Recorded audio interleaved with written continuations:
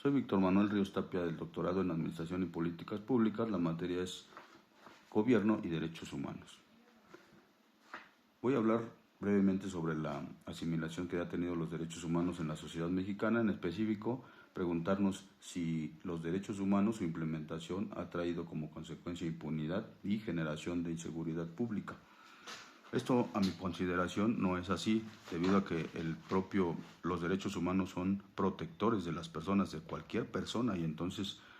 incluso las personas que son acusadas de cometer un delito deben gozar de ellos, del debido proceso, de la defensa adecuada, de no ser tratados como culpables, sino hasta que se les venza en juicio, de tener sus derechos a no ser torturados, de tener sus derechos a defensa y a conocer su acusación, conocer quiénes los acusan, y entonces todo eso se le debe respetar a las personas. Si, por ejemplo, existe la percepción social de que los delincuentes salen, que le decían la puerta giratoria al sistema oral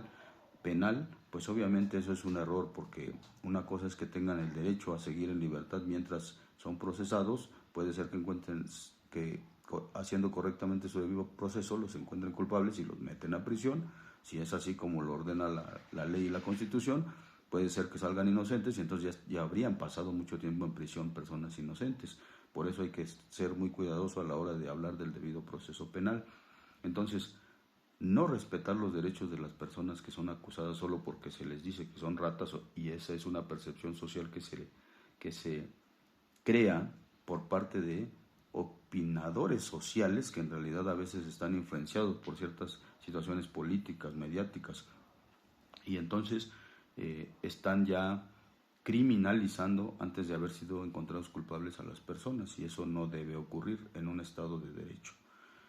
Por lo tanto, lo que considero es que se debe respetar lo que dice en la Constitución Política de los Estados Unidos Mexicanos, principalmente en su artículo primero: promover, respetar, proteger, garantizar los derechos fundamentales, así como investigar y sancionar a quienes los violentan. Además, reparar integralmente el daño a quienes hayan sufrido violaciones a los derechos fundamentales también es una obligación estatal. Por lo tanto, no hay más que un discurso político para buscar votos.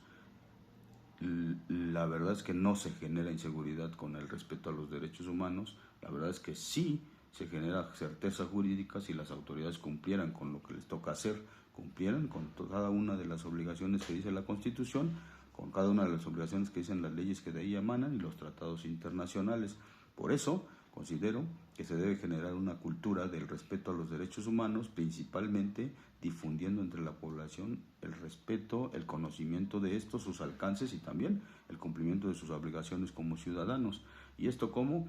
que el gobierno, con sus obligaciones que tiene del primero constitucional y del artículo tercero constitucional sobre la educación, pues implementen en todos los niveles educativos la educación de materias de derechos humanos,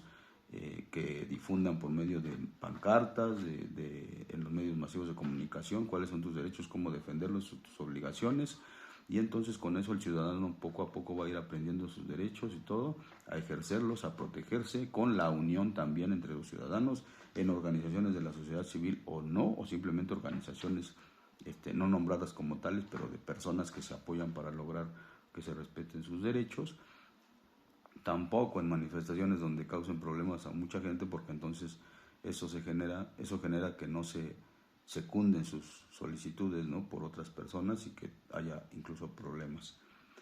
Debemos recordar que toda la inseguridad es porque existe mucha corrupción y falta de cumplimiento de las obligaciones de las autoridades. Por eso, una de las cosas que debe hacer el ciudadano pues es educarse en materia de derechos humanos, fomentado por políticas públicas que también hagan esto, en las escuelas también simplemente, y entonces llegar a que las personas sepan y defiendan y ejerzan todos sus derechos y los de otras personas. Muchas gracias.